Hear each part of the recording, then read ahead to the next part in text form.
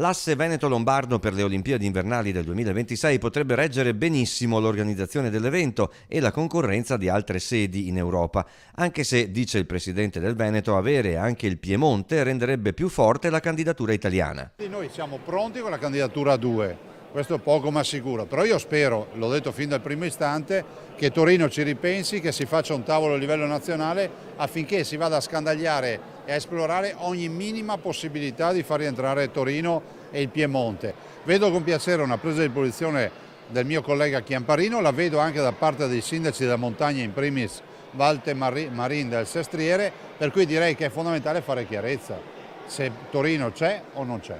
In provincia di Padova, così come in tutto il Veneto, emerge la preoccupante carenza di medici, che l'assessore veneto alla sanità Coletto ha imputato alla responsabilità dei governi Monti, Letta, Renzi e Gentiloni, che hanno negli anni tagliato i fondi per la formazione degli specializzandi.